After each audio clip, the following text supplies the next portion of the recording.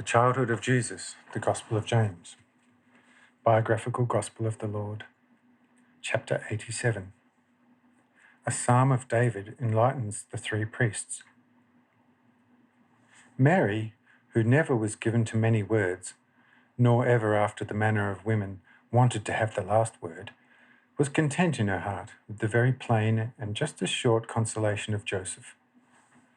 She then went to rest, consecrated to the Lord by Joseph in his heart. Now Joseph went to his sons and said to them, "Children, the evening is glorious and beautiful. Let us go out into the open. There in the great holy temple of God, we will strike up a song of praise and we will thank the Lord for all the infinite blessings which he has bestowed on us and our fathers since the beginning of the world." Immediately the sons of Joseph left everything and followed their father. And he led them to the top of a bare little hill, which lay about 100 steps from the villa, as part of Joseph's estate, and was about 20 fathoms high. This was noticed by the three priests, who supposed the gods were on their way, perhaps to Olympus, so they might there hold a common council with all the gods. Accordingly, they quickly left their room and crept after Joseph very furtively and quietly. Arrived at the little hill, they listened beneath a thickly foliated fig tree to hear what the supposed gods might counsel among themselves on Olympus. But how greatly were they surprised among themselves when they heard the supposed gods of the highest order worship and sing praises to one God powerfully and with feeling. And the following passages of a Psalm of David had a very special effect on them, which passages were as follows. "Lord God, you are our refuge forever. Before the mountains came into being, and the earth and the world were created, you are God from eternity to eternity. You are he who sends death to mankind and says, 'Come back, O children of men.' For 1,000 years are to you like a day which passed away yesterday, and like a watch in the night. You let them pass by like a stream, and they are like a sleep and like grass, which is become withered, which flourishes early and soon withers, is hoed up in the evening and soon parches. Your anger causes us to pass away, and your wrath makes us depart so suddenly. For you place our transgression before you, and our unrecognized sin into the light before your countenance. Therefore, all of our days pass away because of your wrath, and we idle away our years like gossip. Our life lasts about 70 years, and if it goes high, it amounts to 80 years. When it has been precious, it was filled with toil and trouble, for it passes by quickly, as if we were flying away. Now who believes that you are so angry, and who is afraid of your wrath? So teach us to bear in mind that we must die, so we may become wise. O Lord, turn to us again, and be gracious to your servants. Fill us early with your grace, and we will praise you and be joyful in you our whole life long. Now gladden us again, after you have afflicted us for a long time, and we were in distress for so long.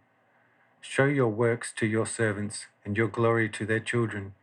And you, Lord, our God, be kind to us and further the work of our hands with us. Yes, be gracious to further the work of our hands."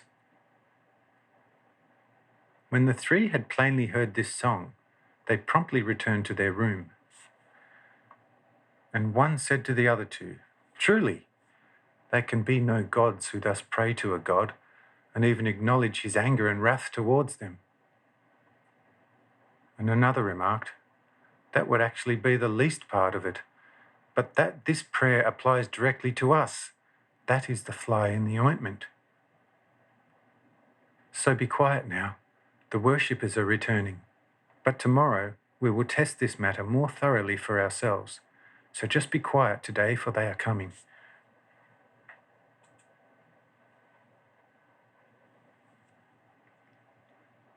Chapter 88. The Death and Reawakening of Joel. Joseph now told his sons to complete their unfinished chores and then to retire. And since his limbs were weary, he also promptly retired. Thus this day, which was rich in experience, came to a close. The following day, Joseph was up as usual a good while before sunrise, and also awakened his sons to work. For he said, "The early bird catches the worm. What we do in the morning is more blessed than all the rest of the day's toil." Thus, with the exception of James, who had to remain with the baby, he went right out to an acre and cultivated it with the other 4 sons. Now the oldest son laboured most industriously and wanted to surpass the other 3.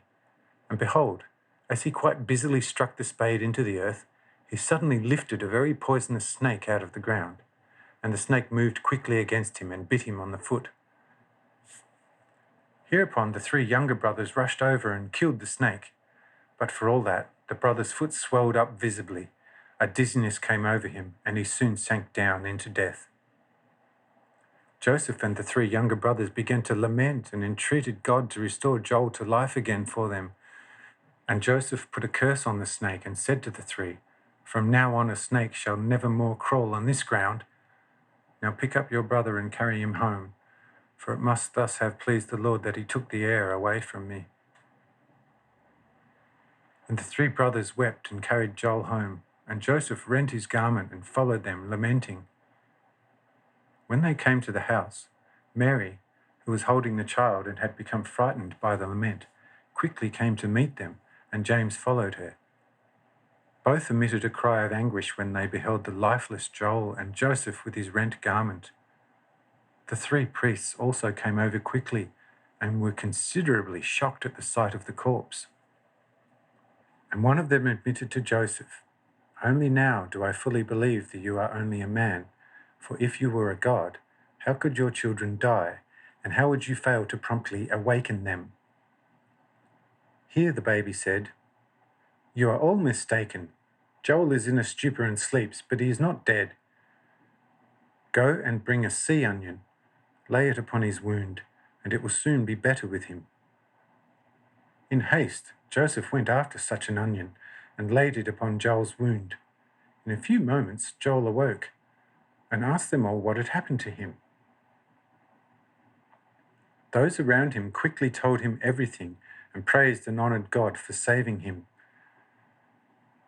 And the 3 priests came into a great respect of the child, but into a still greater respect of the onion. Chapter 89. A Penitent Heart, the only acceptable sacrifice.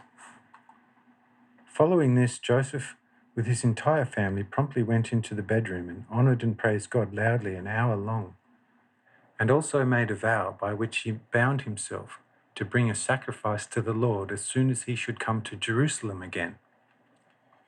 Hereupon the baby said to Joseph, "Now listen to me. Do you suppose the Lord is pleased with that? Oh, there you are greatly mistaken.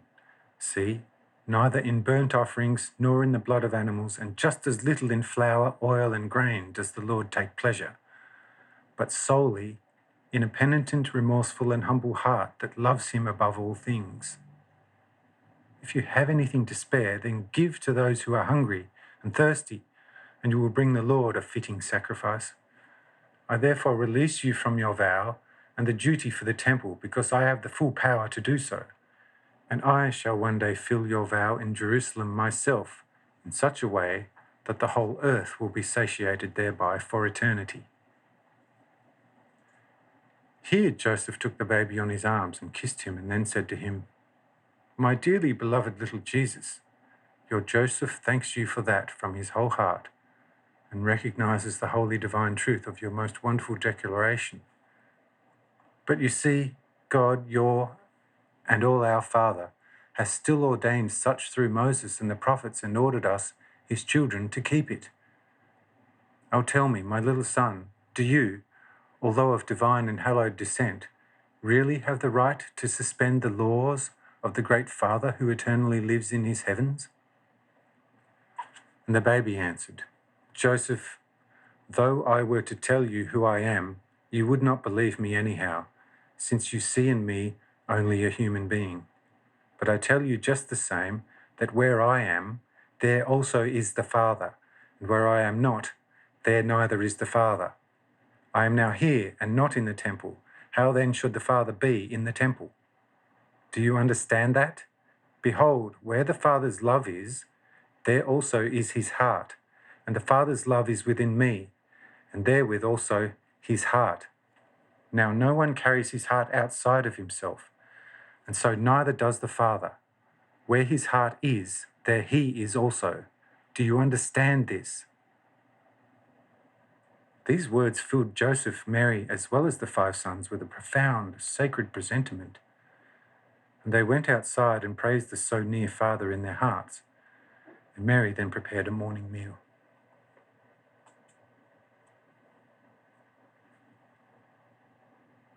Chapter 90. A pagan custom is rejected for the Lord's table. The morning meal was soon prepared, for it consisted of nothing else than a pot of simmered milk, some honey with thyme, and bread. Mary brought it on the table herself and called Joseph and the 5 sons as well as the 3 priests to the table. Joseph soon appeared with the child on his arm, handed him to the mother, and then went to the table. Here he promptly struck up his song of praise to the Lord, and when the song of praise was rendered, Joseph asked, according to the usual custom, whether everyone had washed. Mary, the 5 sons, and the baby said, "Yes, we are all washed quite well."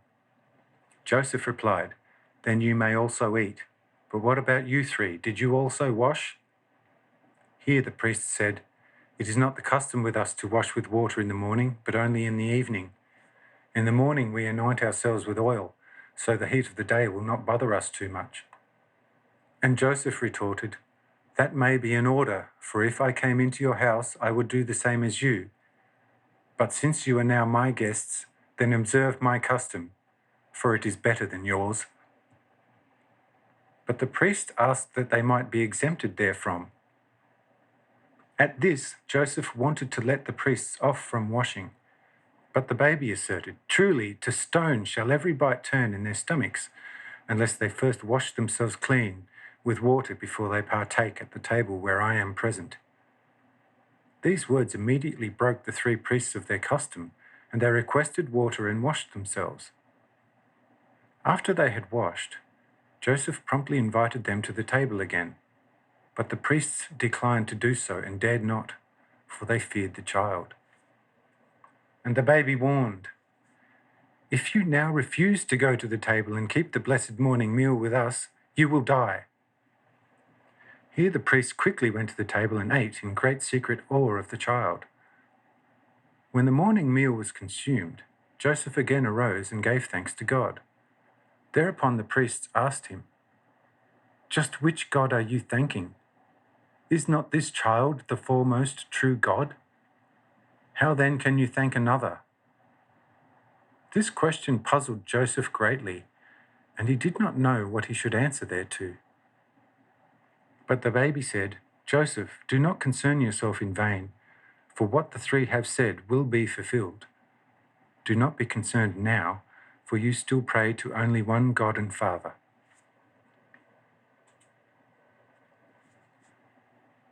Chapter 91. Love, the only true prayer. Joseph kissed the baby and said, "Yes, truly, if the Father's heart were not in you, you would never be capable of such words.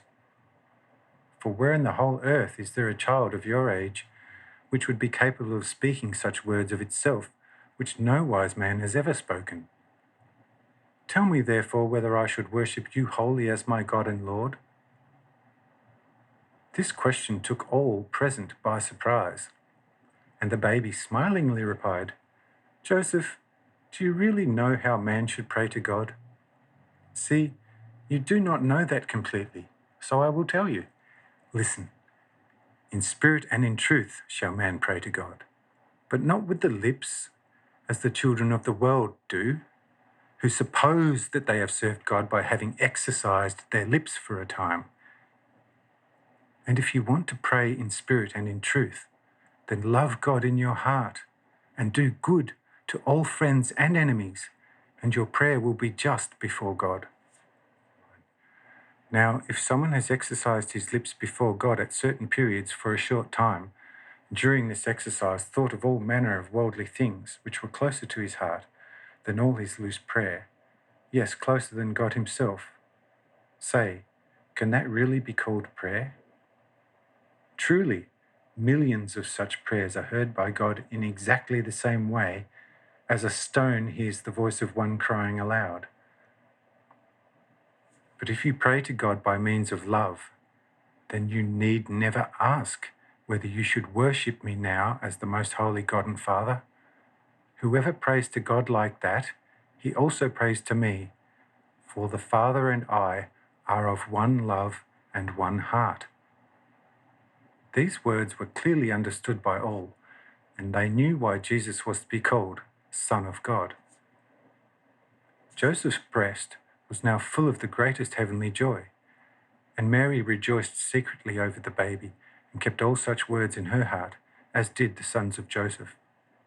And the 3 priests said to Joseph, "Truly exalted wise man of all ages, we would like to speak a few quite secret words alone with you on that little hill where you prayed to your God with your sons in such a heartfelt and edifying manner last evening." Here, the baby immediately interrupted the conversation and stated, "Do you really suppose my ear to be incapable of hearing the words of your mouth on the little hill? Oh, there you are mistaken, for my ears reach as far as my hands, so you may as well have your discussion right here in front of me." Chapter 92. Build me a temple in your hearts. This greatly embarrassed the 3 priests.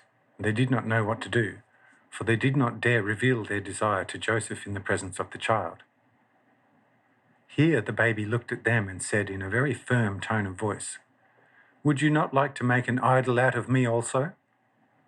There on yonder little hill you would like to build a temple, in it erect a wood carving after me on a golden altar, and then sacrifice to this wood carving according to your custom.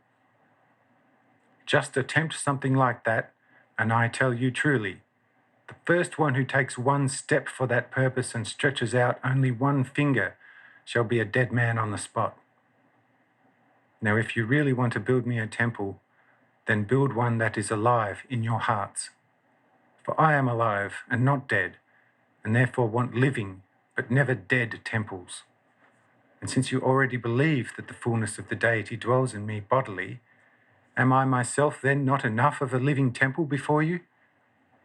Why should there also be a wood carving and a stone temple in preference to me? For what is more, I, or some meaningless temple and wood carving of me? If the living one is with you and among you, of what good and useful purpose then is one that is dead? Oh, you blind fools! Is it not more that you love me than if you were to build me 1,000 temples of stone and exercise your lips in them for 1,000 years, while dressed in hemmed garments in front of carved images of me? And if a poor man who was naked and hungry and thirsty came to you, but you were to say, 'See, he is a half-god, for thus do these high beings appear. So let us make an image of him and then set it up in a temple so we might worship it.' Tell me, if you did that, would it really have been any help to the poor man, even though you were to form his image of pure gold? And will it not be more advantageous to the poor man if you clothe him according to your love and then hand him food and drink? Is God not more alive than every man on the earth, since everything has its life from him?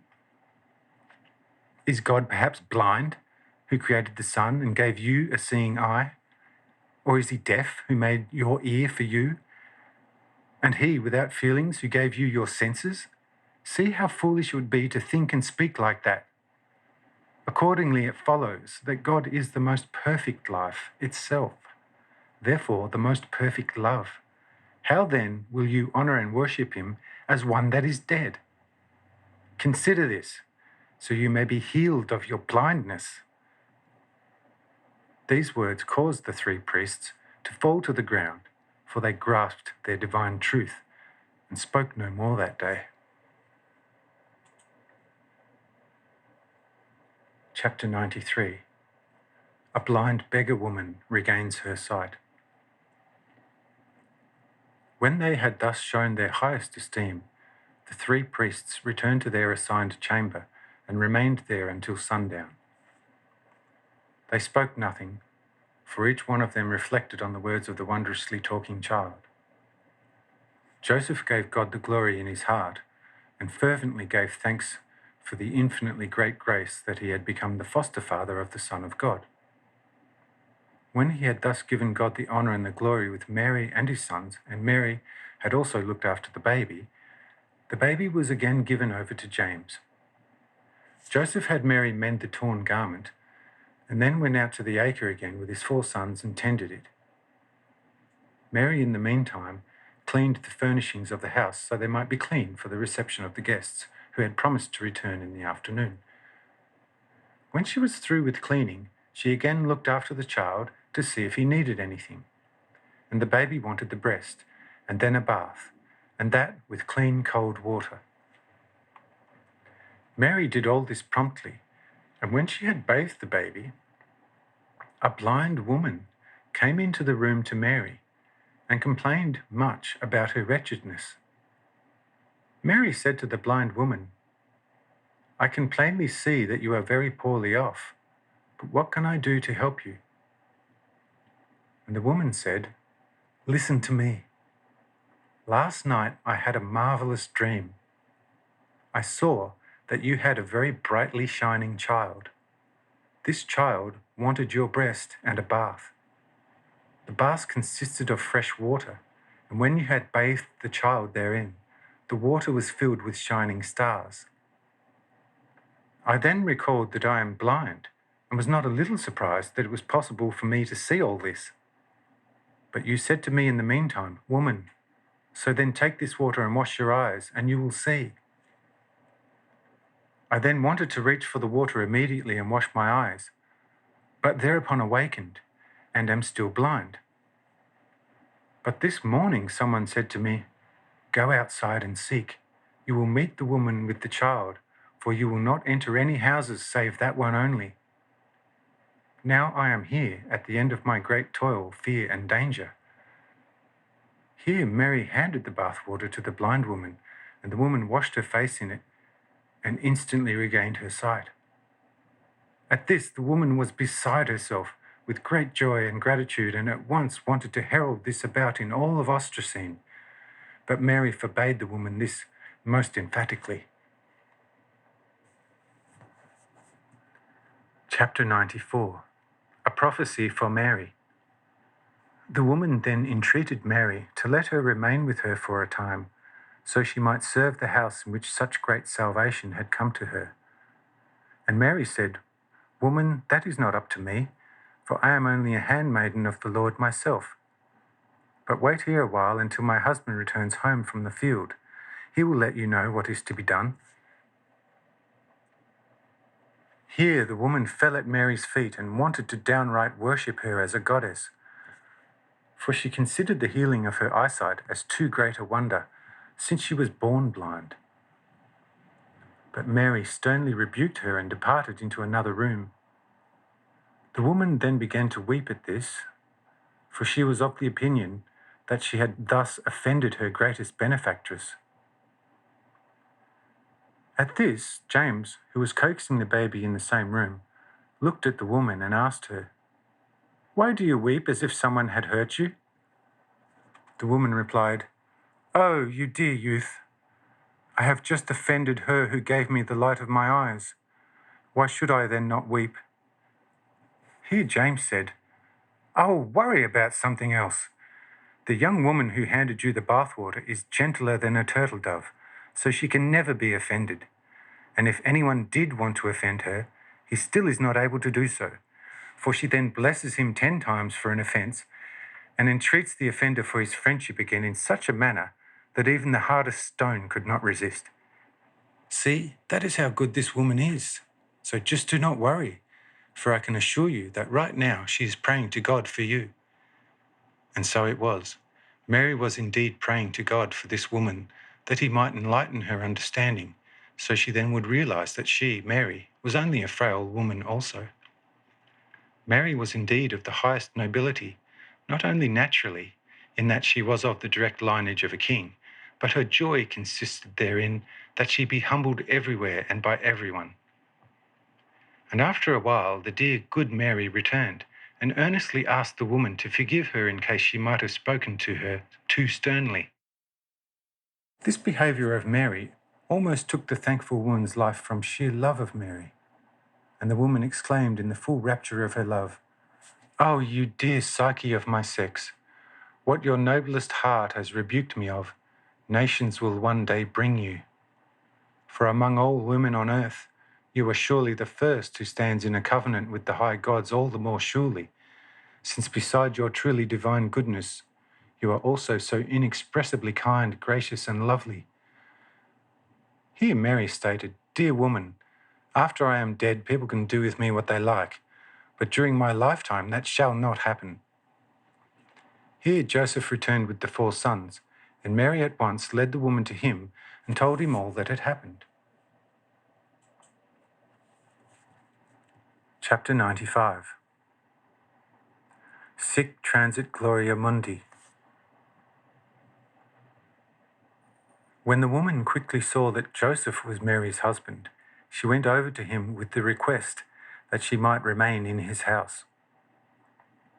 Joseph replied to the woman, "Since such grace was bestowed on you as my wife told me in your presence, and you therefore wish to be grateful to this house, you may as well remain.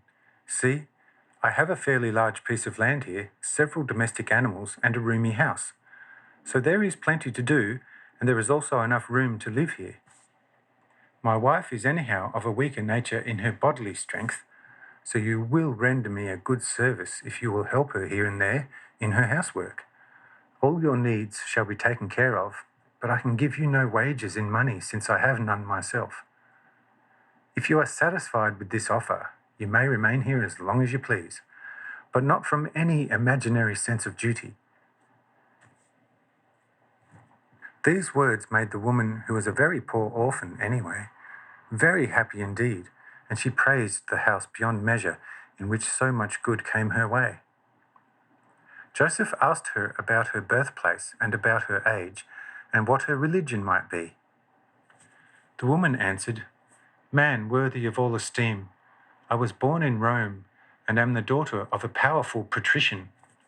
My elderly appearance belies my age, for I am since hardly 20 summers a dweller on the earth.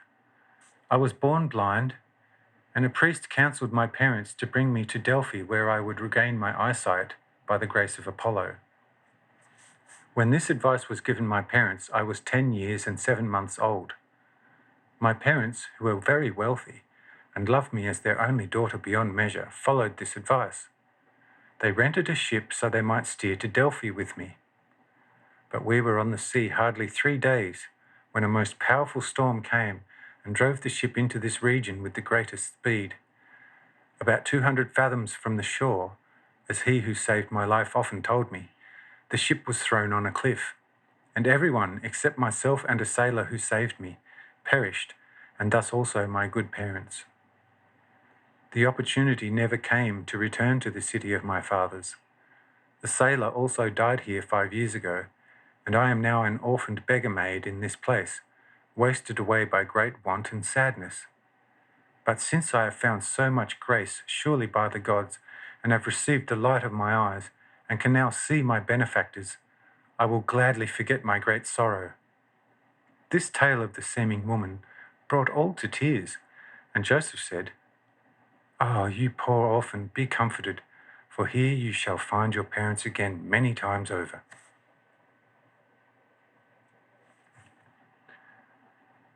Chapter 96. The Woman's Immeasurable Gain.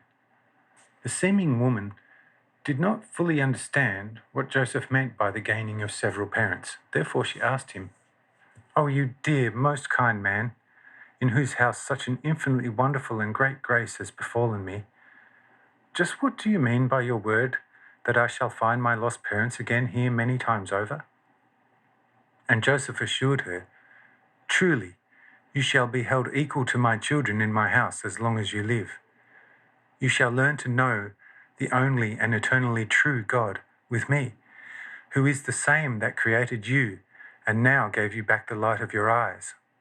Yes, you shall learn to know your Lord and God personally, and shall be taught by him himself. Very soon you will also meet a high Roman here in my house, who will order your affairs in Rome. This Roman is Cyrenius, a brother of Augustus. He undoubtedly knew your parents, and upon my prompting will surely apply himself in Rome in the matter of your parents for your sake, and that will surely be the same as your parents many times over, in body and in spirit. For if your earthly parents were alive somewhere, say, could these do more for you? Would they have restored the sight of your eyes to you, and could they have shown you the one eternal and true God? Your parents would of course have provided for your earthly needs, but here you will be provided for forever if you will only accept this care. Say, what is more, your earthly parents whom the sea has swallowed, or those you have now, whom the sea must obey in the name of the one God? Here the seeming woman was completely silent from all her great respect and love for Joseph, for she supposed, since she had anyway heard it whispered here and there, that Zeus lived somewhere in the vicinity of Ostracene, and that she was now in his bodily presence. But Joseph very soon discerned the delusion of the woman, and admonished her, O maiden, O daughter, whatever you do, do not hold me to be more than I am, and least of all for something that does not exist. I am a human being just as you are. That is all you need to know for the present. In time you will receive more light, so let the matter rest now. And now bring in the noonday meal. Afterward we will acquaint ourselves with a number of things, so let it be. Chapter 97. Joseph adopts a lovely daughter. The sons of Joseph went at once and brought in the midday meal. Here Joseph said, What happened to the three? Are they going to have the midday meal with us, or would they rather eat in their room today? Go and inquire about that, and what pleases them the most shall be done. And the sons went and asked the three, but these said nothing, and motioned to the sons that they would partake of nothing before sundown, whether food or drink. This the sons reported to Joseph, who was satisfied therewith, and remarked, If the three have made that a matter of conscience, then we would sin against them if we hindered them from keeping their vow. So let us take our places at the table in the name of the Lord, and gratefully partake of what God has bestowed upon us. Hereupon the seeming woman said, O master of this house, you are too good, and I am a nobody. Therefore I am really not worthy to eat at your table. I will most gratefully partake of what your kindness will bestow on me in the entrance hall of the house. Besides, my too ragged clothes and my unwashed body are not seeming for the table of such a master as you are. Here Joseph told the sons, Go and bring 4 large jugs of water, and place them in Mary's side room. And you, wife, go and wash the woman, and comb her, and put your best clothes on her. And when she is thus excellently and festively attired, lead her here so she can join us at the midday meal without shyness. In half an hour Joseph's wish was fulfilled, and fully cleansed there now stood in place of the woman a very sweet, timid, and most thankful girl, in whose face only traces of her former sadness still remained. According to her features, she was of great beauty, and in her eyes lay deep humility, but also deep love. Joseph took real pleasure in this child, and said, O Lord, I thank you that you have selected me to save this poor girl. In your most holy name I will adopt her as a full daughter. And turning to the sons, he added, Look upon your poor sister, and greet her as brothers. This the sons of Joseph did with much joy, and finally the baby also affirmed, Just as by you, so is she also adopted by me. That is a good deed, and gives me much joy. When the girl heard the baby speak like that, she was astonished and asked, Oh wonder, what is this, that this baby speaks like a god?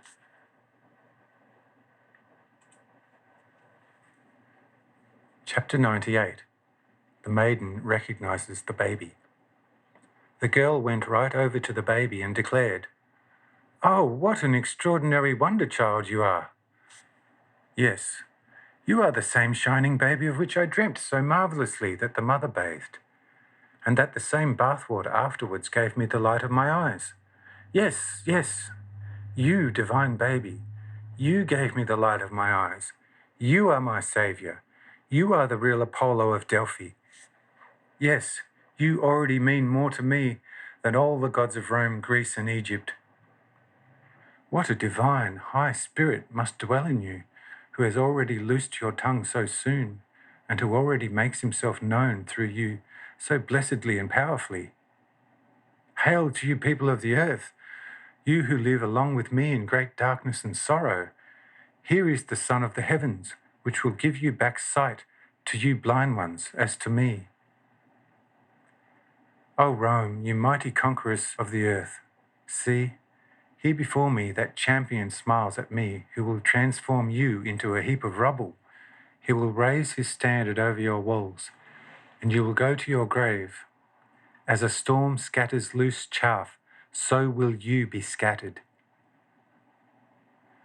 Here the baby offered his hand to the girl and wanted to go to her, and the girl took him with great joy and loved and caressed him. Thereupon the baby played with the rich curls of the girl and asked her very quietly, "My dear sister, do you really believe the words which you expressed before me when I was still on my brother's arm?" And the girl replied just as quietly to the baby, "Yes, my saviour, my light, my first morning sun. Now I believe it all the more firmly, since you asked me about it." And the baby said thereto, "Good for you, that you thus believe in your heart as you have spoken. But I tell you this, keep nothing more secret for the time being than just this your confession of faith. For never has the enemy of all life sharpened his ear as much as during this very time. Therefore, be silent about me, and be sure not to reveal me if you are concerned that this enemy will not slay you forever." This the girl pledged most emphatically, and during the time that she fondled the baby, took on an appearance of such a youthful, perfect beauty that all were greatly astonished thereat, and the girl became so ecstatic in her great bliss that she began to coo and loudly exult for joy.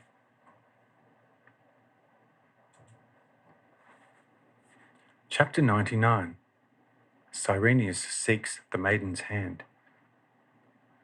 While the girl was still enthralled in her great joy, Cyrenius, accompanied by Moronius Pillar, returned to Joseph as he had promised to do the previous evening.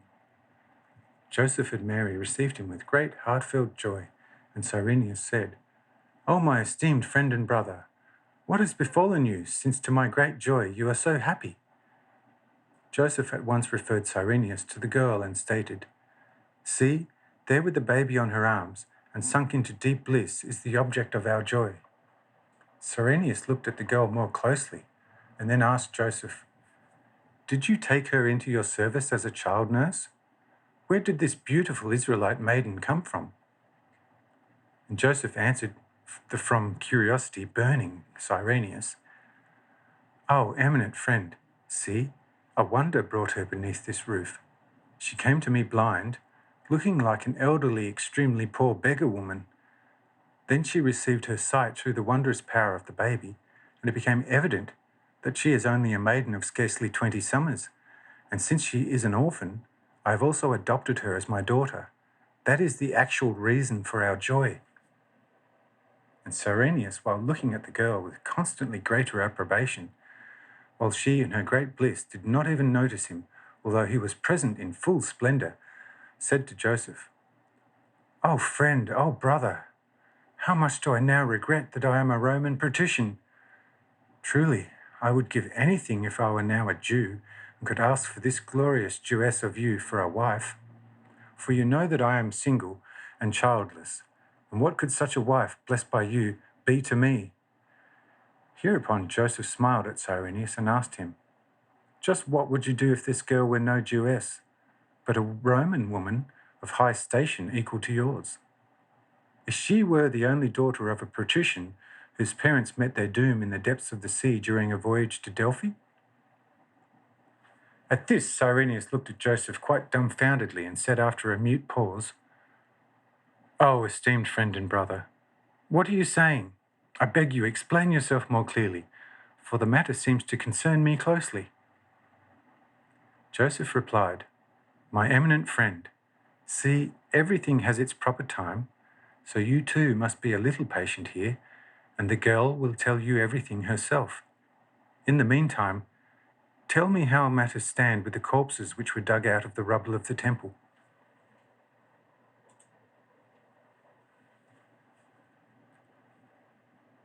Chapter 100. The Threefold Roman Marriage Law. And Cyrenius said to Joseph, O friend and brother, do not concern yourself about the corpses. During the night, about 200 have been restored to life, and I have been busy all morning providing lodging for them. If in the course of the rubble's removal several more unmaimed corpses should still be found, they will also be looked after just like the others. See, that in short is the whole story, which now does not nearly interest me as much as this maiden, who, according to your most credible story, is supposed to be the daughter of a come-to-grief Roman patrician? Let me find out exactly how matters stand with this child, so that I may be able to help this poor orphan in every possible way. See, as I told you recently, I am single and have no children. Could she possibly be better taken care of than if I, as a brother of the emperor, take her for my lawful wife? For that reason, the story of this girl becomes ever more important to me ahead of everything else.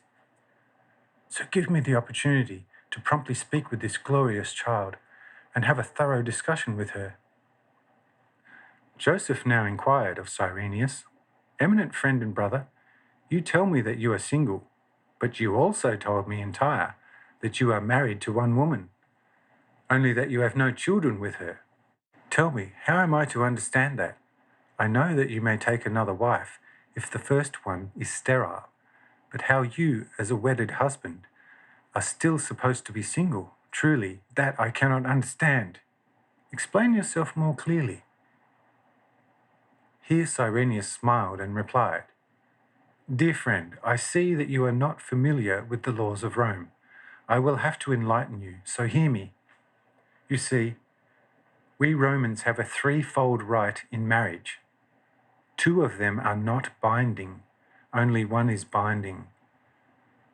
According to the two not binding laws, I may marry even a slave woman, but for all that, I do not have a lawful wife, but only a lawfully permitted concubine. Thereby, I am still single and can take a lawful wife at any time. The difference between the first two not binding laws consists only in that, in the first case, I may take only a concubine, without the least obligation to ever take her as a legal wife. In the second case, I can also have the daughter of a house of appropriate social standing, merely bound to me by her parents, with the stipulation to take her as a lawful wife if I beget 1 to 3 living children with her, of which at least one is a boy. In the third case, only does the firmly binding law go into effect, which states that I must first be firmly united with a lawful wife before the altar of Hymen by a priest set apart for that purpose, and then am no more single, but married.